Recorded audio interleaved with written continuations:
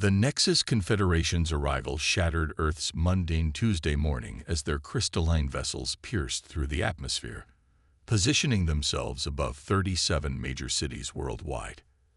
Admiral Elena Rodriguez stood in the United Earth Defense Command Center beneath Mount Cheyenne, her dark eyes fixed on the holographic displays showing the alien ship's precise formations. Unlike the chaos erupting in cities worldwide, the underground facility maintained an eerie calm. They're broadcasting on all frequencies, Lieutenant James Chen reported, his fingers dancing across the quantum interface. The alien transmission filled the command center screens, revealing a being whose form seemed to defy human comprehension. Its body appeared to be composed of living light, with multiple appendages that shifted and flowed like liquid mercury. People of Earth, the translation matrix converted the alien's harmonic frequencies into words. The Nexus Confederation extends its benevolent guidance to your developing world. Your species has shown remarkable potential, but remains too volatile to join galactic society independently. Submit to our leadership within 12 Earth hours, or face immediate pacification. Resistance is futile. Our scanners indicate you possess no technology capable of opposing our fleets. Admiral Rodriguez allowed herself a small smile, one that held centuries of human determination. Send the automated acknowledgement, she ordered, but patch me through to the Security Council first. Within moments, the grim faces of Earth's highest authorities filled the secondary screens. Admiral, your assessment. The Council President's voice carried the weight of humanity's future. The Confederation's ships are exactly what our deep space sensors predicted, Rodriguez replied, pulling up tactical displays. They're running standard intimidation protocols. Minimal weapons powered, shields at diplomatic settings. They expect us to be primitive savages cowering at their technological display. And our capabilities. Rodriguez's smile widened slightly. Project Prometheus is fully operational. We've had 70 years since we recovered that crashed scout ship in the Atacama Desert. Every apparent failure in our space program was carefully orchestrated cover for our real advances. The Confederation wasn't the first to find us, just the first to announce themselves officially. The displays shifted, revealing massive underground complexes beneath every major mountain range and ocean floor. Hidden shipyards housed vessels that combined reversed-engineered alien technology with humanity's unique innovation. Unlike the Confederation's crystalline aesthetic, Earth's ships were sleek predators, designed for warfare rather than intimidation. While they watched our public space programs stumble with chemical rockets, we were building something far more significant, Rodriguez continued. 5,000 combat-ready vessels hidden throughout the solar system. Our ships incorporate technology we developed from studying 17 different alien crash sites, enhanced by human ingenuity and our particular talent for warfare. A Chinese representative leaned forward. The ships above us. Their diplomatic fleet, Ambassador. Impressive but predictable. They haven't faced real opposition in 10,000 years. Their tactics are textbook, unchanged since they became the dominant power in this sector of the galaxy. Rodriguez brought up new tactical displays.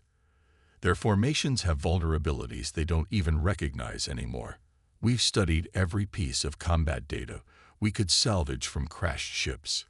They fight like an empire. We'll fight like humans.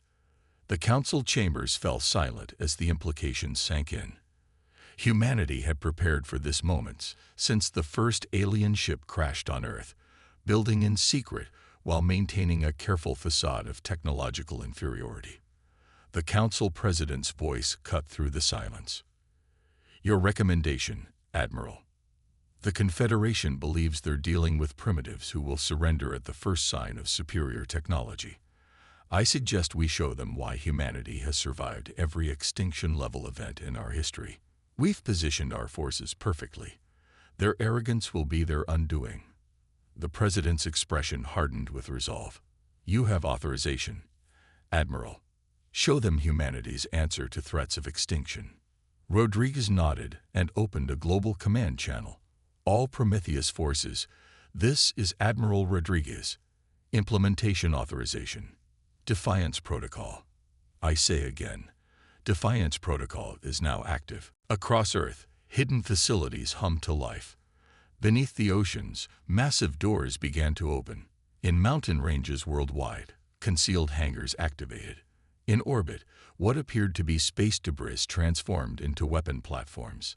The Nexus Confederation had expected submission from a primitive species. Instead, they were about to learn why humanity had survived every challenge in its history. In the darkness of space, humanity's hidden guardians emerged from their decades-long wait, ready to defend their home. The Confederation had demanded surrender. Humanity's response would echo through the galaxy for generations to come. Captain Maya Patel stood on the bridge of the UES Shadowhawk, hidden in the dense rings of Saturn. Her vessel, along with hundreds of others, had waited in perfect silence for this moment. The ship's quantum camouflage system, derived from studying the biomechanics of Earth's cephalopods, rendered them invisible even to the Confederation's advanced sensors. Strike teams reporting ready, Captain. Lieutenant Sarah O'Connor announced, her hand steady over the neural interface controls. The holographic displays showed the positions of Earth's hidden fleets, strategically placed throughout the solar system. Unlike the Confederation's rigid formations, human vessels arranged themselves in fluid organic patterns inspired by wolf pack hunting strategies. Maya nodded, watching as the Confederation's reinforcement fleet arrived exactly where predicted. Their crystalline ships emerged from hyperspace in perfect geometric formations, their arrogance evident in their lack of defensive scanning. They still haven't detected the quantum signature disruptors, she observed. Tactical analysis. 1,200 vessels detected, O'Connor reported. They're arranging themselves in the Confederation's standard combat pattern delta, just like the war games simulated using data from the crashed ships. The human fleet had spent decades studying the Confederation's tactics, practicing against their predictable patterns. While the aliens had stagnated in their superiority, humanity had evolved, developing technologies and strategies specifically designed to counter their strengths. All Shadow Fleet vessels maintained position. Maya transmitted through their quantum-encrypted network. Remember your training. We're not here to match their strength. We're here to show them something new. The plan was already in motion. While the Confederation's attention focused on their main fleet near Earth, smaller vessels slipped through their rigid sensor grid. The aliens' systematic scanning patterns left countless blind spots for skilled pilots to exploit, another weakness of their unchanging military doctrine. Strike teams Alpha through Echo, report status, Maya commanded. The responses came in quick succession. 500 of Earth's most advanced stealth ships had successfully positioned themselves throughout the enemy formation. Each vessel carried weapons specifically designed to exploit weaknesses in Confederation technology, weaknesses discovered through decades of studying their crashed ships. They're broadcasting, O'Connor announced. The alien commander's luminescent form appeared on the main display, its patterns pulsing with what human xenologists had learned to recognize as contempt. Your species' defiance exceeds all reasonable bounds. The translation read, "Surrender now, and we will still show mercy." Maya didn't respond. Instead, she opened a channel to all Earth forces. Execute Phase 1. What happened next would be studied in military academies across the galaxy for centuries to come. The Confederation's perfect formation became their perfect trap. Earth's stealth ships activated their primary weapons, not the energy weapons the aliens expected, but devices that manipulated the fundamental forces of reality itself. Quantum disruptors, reverse-engineered from theoretical technology found in the Atacama crash site, created microscopic areas where the laws of physics briefly ceased to function. The Confederation's shields, designed to stop energy and kinetic weapons, were useless against attacks that warped reality itself. Multiple enemy capital ships showing critical failures, O'Connor reported with professional satisfaction. Their formation is breaking apart. They're trying to adapt, but their command structure isn't designed for this kind of asymmetric warfare. Maya allowed herself a small smile. The Confederation had ruled space for so long they'd forgotten the art of real combat. They'd fought like administrators following a manual. Earth's forces fought like guerrilla warriors, using every advantage they could find. "Launch the Fireflies," she commanded. Thousands of small, autonomous drones deployed from Earth's ships, each one carrying a miniaturized version of humanity's gravity lance technology. Based on the swarming behaviors of Earth's insects, particularly wasps and bees, they moved in patterns that the Confederation's targeting systems couldn't predict. The alien ships' point defense systems, designed to track and destroy conventional missiles and fighters, struggled against the erratically moving drones. The Fireflies slipped through their defensive screens, attaching themselves to enemy vessels like remoras on sharks. Once attached, they began their work, creating localized gravitational distortions that tore at the crystalline structures of the Confederation ships. "Enemy fleet is attempting to regroup," O'Connor announced. "They're calling for additional reinforcements." "Perfect," Maya responded, opening a channel to Admiral Rodriguez. "Shadow Fleet to command. Phase 1 and 2 complete. The Confederation's main fleet is in disarray. They've lost approximately 40% of their capital ships." "Well done, Captain," Rodriguez's voice came back. "But stay alert. The Confederation is about to learn that retreat isn't an option. Prepare for Phase 3. Maya nodded, knowing that this was just the beginning. The Confederation was about to discover that humanity didn't just fight to survive. They fought to win. The battle for Sol had begun, and Earth's hidden guardians were teaching the galaxy's oldest empire their first lesson in humility. Dr. Aisha Rahman stood in the Quantum Command Center deep beneath the Himalayan mountains, her eyes fixed on the massive quantum probability displays that covered the circular chamber's walls. As Earth's leading expert in quantum warfare, she had spent 15 years preparing for this moment.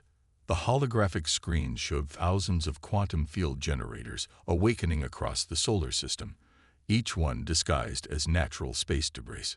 "Quantum Web is at 98% capacity," her assistant, Dr. Marcus Way, reported. "The Confederation's reinforcement fleet is about to trigger the trap."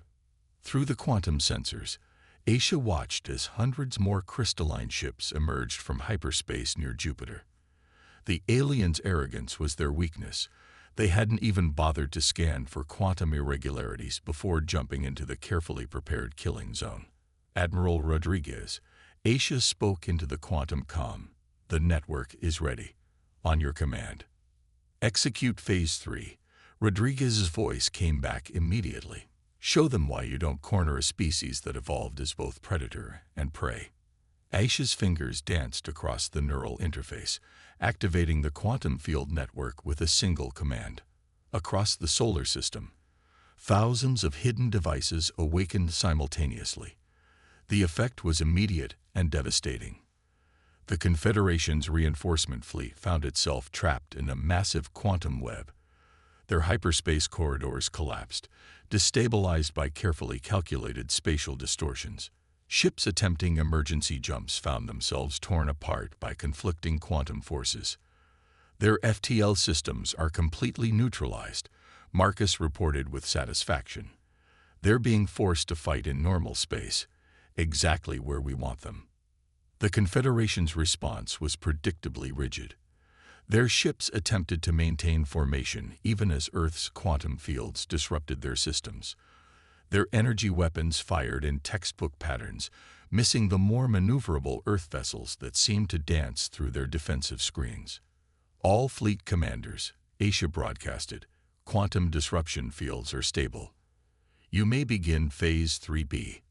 On screens across the command center, she watched as Earth's fleet executed their next move. From hidden bases throughout the asteroid belt, new vessels emerged. These weren't the sleek predators of the main fleet, but something entirely different.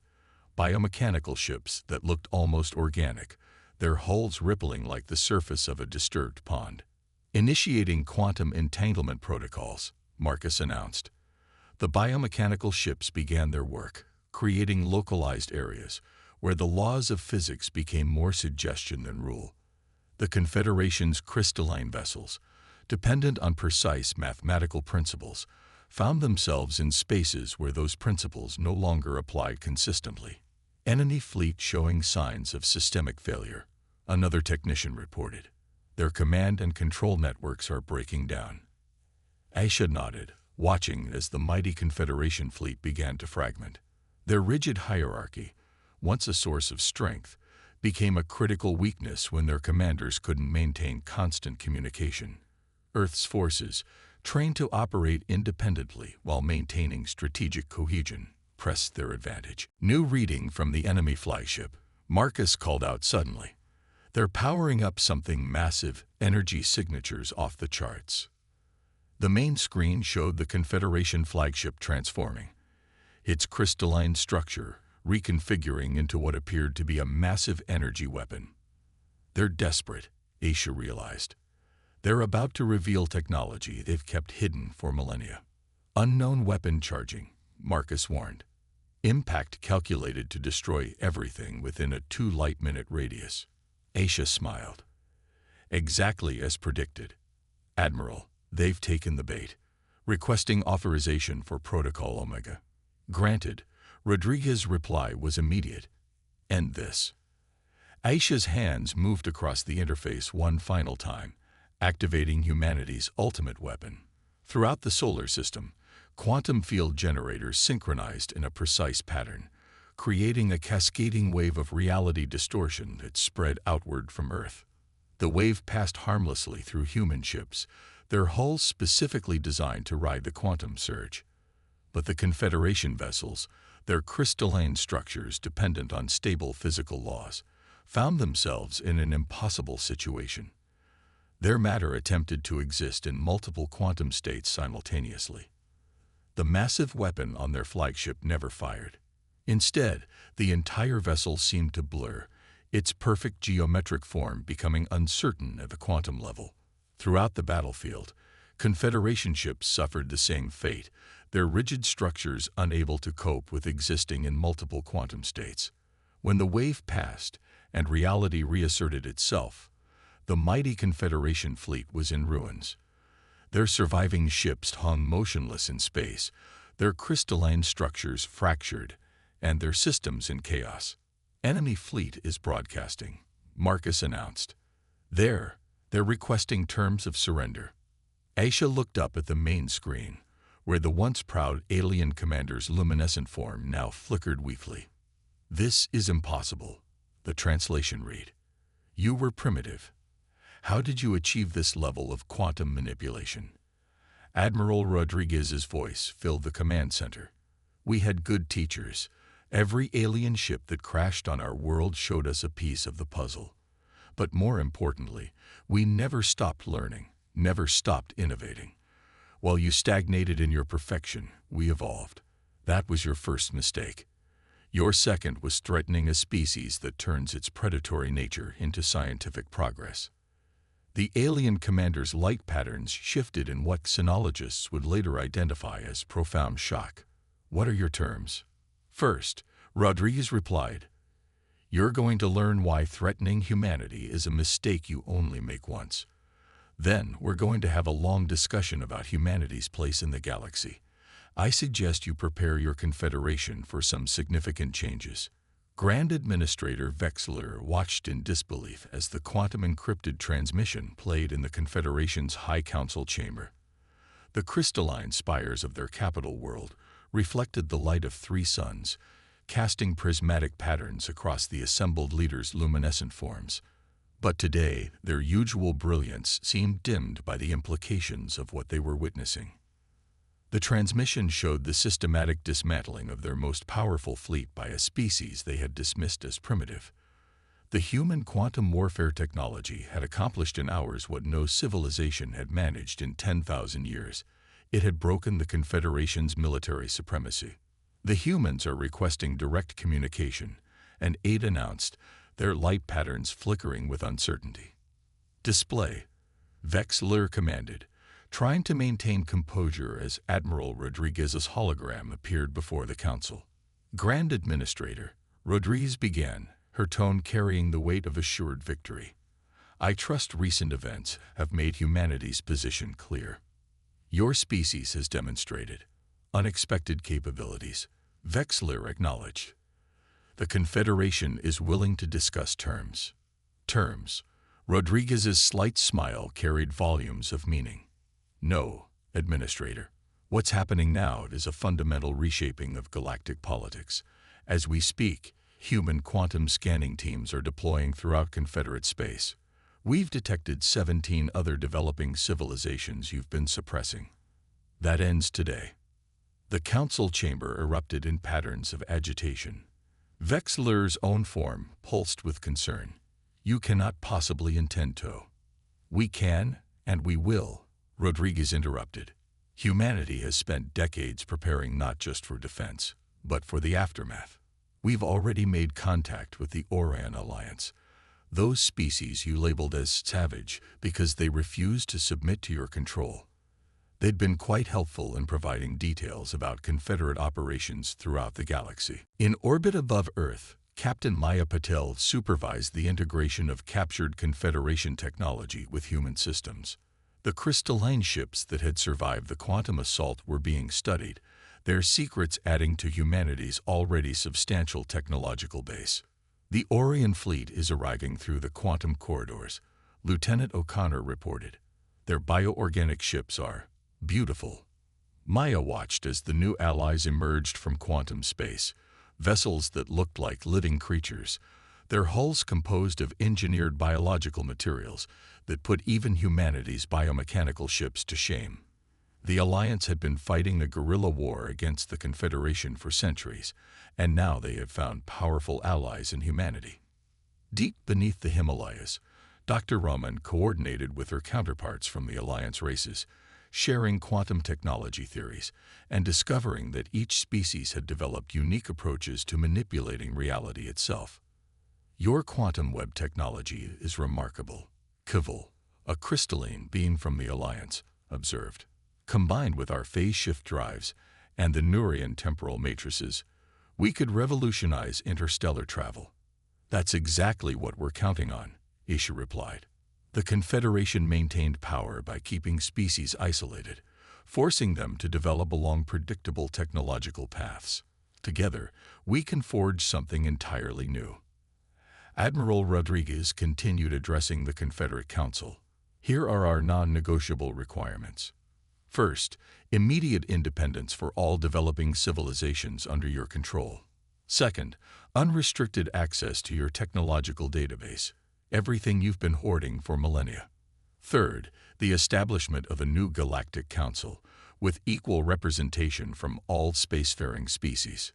You would destroy 10,000 years of order. Vexler demanded. We would replace stagnation with growth, Rodriguez corrected. Your empire was built on the assumption that younger species needed to be controlled and guided along your chosen path. Humanity is living proof of how wrong that assumption was. We took your scattered technological breadcrumbs and developed them in ways you never imagined, because we weren't constrained by your rigid thinking. In orbital shipyards around Earth, new vessels were already under construction, combining human innovation with Alliance biotechnology and captured Confederate systems. These ships represented the future, not the sterile perfection of Confederate design, but a dynamic fusion of multiple technological philosophies. The galaxy is changing, Rodriguez continued. You can either be part of that change, or you can fade into history as another empire that couldn't adapt. The choice is yours, but choose quickly. We have 17 civilizations to liberate, and humanity has waited long enough to explore the stars. Vexler's form rippled with what might have been resignation. And if we refuse, then we demonstrate that our quantum web technology was just the beginning of what humanity can do when challenged. We're not the primitives you thought we were, Administrator. We're the species that turned your own arrogance into a weapon and used it to break your empire. Don't make us prove that point again. 1 year after humanity's victory over the Confederation, the newly constructed Galactic Assembly rose from the lunar surface like a blooming flower. Its architecture represented a deliberate departure from the rigid crystalline structures of the old order, incorporating design elements from all member species. The main chamber, crafted from a combination of Earth metals, Confederate crystals, and Alliance bioengineered materials, hosted representatives from over 50 civilizations. Admiral Rodriguez, now serving as Earth's first galactic representative, stood at the central podium. The chamber around her held an unprecedented gathering. Former Confederate administrators, alliance leaders, and representatives from the newly liberated developing worlds. Among them were species that had been deemed too primitive for space travel just a year ago. The old galactic order was built on the premise that progress must be controlled. Rodriguez began, her voice carrying across the chamber. The Confederation believed that without their guidance, chaos would reign. Today, we prove them wrong. Today, we demonstrate that true progress comes from collaboration, not control. In orbit above Mars, Captain Maya Patel commanded the UES Shadowhawk on a different kind of mission. Her ship, now upgraded with a hybrid of human, Confederate, and Alliance technologies, led a fleet of vessels representing 12 different species. They weren't assembled for war, but for the first joint scientific expedition beyond the solar system. All ships reporting ready, O'Connor announced. The new quantum corridor network is online. Maya smiled as she watched the diverse fleet prepare for departure. The ships ranged from Earth's sleek predatory designs to the organic vessels of the Alliance, and even several reformed Confederate cruisers. Each brought unique strengths to the mission. Quantum physical modeling complete. Dr. Raman's voice came through the comm from her new position as head of the Galactic Science Council. The corridor network is stable. You're about to make history, Captain. Deep within research facilities across Earth, human scientists worked alongside their alien counterparts, breaking down the barriers that had kept species isolated for millennia. The combination of different technological approaches had already yielded breakthroughs that would have been impossible under the old system. Cavill, now serving as the Alliance's chief scientific liaison, observed a test of new hybrid technology. Your species' approach to quantum mechanics is unconventional, they noted to Dr. Raman. You see possibilities where we saw only chaos. That's humanity's greatest strength, Aisha replied. We don't accept limitations. When we look at the unknown, we see opportunity. In the assembly chamber, Rodriguez continued her address. The Confederation maintained power by keeping species dependent on their guidance. They believed that without their control, we would destroy ourselves. Instead, in just 1 year of true cooperation, we've achieved more than they did in centuries of stagnation. She gestured to the holographic displays showing technological and social advances across known space. Newly liberated worlds were developing along their own paths while contributing their unique perspectives to the galactic community. The Quantum Corridor Network, combining human innovation with Alliance biotechnology and Confederate precision, had already reduced interstellar travel time by 80%. But our greatest achievement isn't technological, Rodriguez continued. It's the proof that different species, with different evolutionary paths and different ways of thinking, can work together as equals. The Confederation saw diversity as a threat to be controlled. We recognize it as our greatest strength. The assembly erupted in agreement, their various forms of expression creating a symphony of unity and diversity. Even the former Confederate representatives, their crystalline forms now showing subtle variations that would have been unthinkable a year ago, joined in the celebration. From her ship, Maya watched as the first joint expedition prepared to make history. All vessels, prepare for quantum jump, she commanded.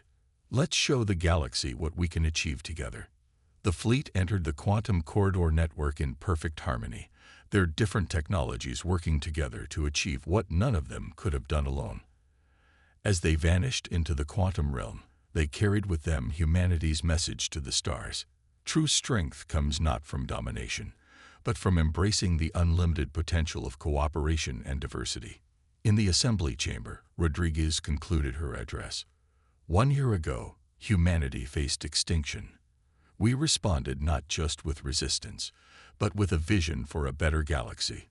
Today, we move forward together, not as rulers and subjects, but as equals united in the greatest adventure our species have ever known, the exploration of our unlimited potential. The chamber's crystalline organic walls resonated with the sound of dozens of species celebrating together.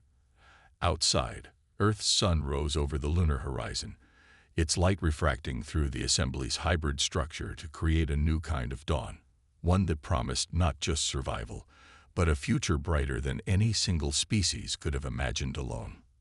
Humanity had not just won a war, they had transformed a galaxy. And this was just the beginning.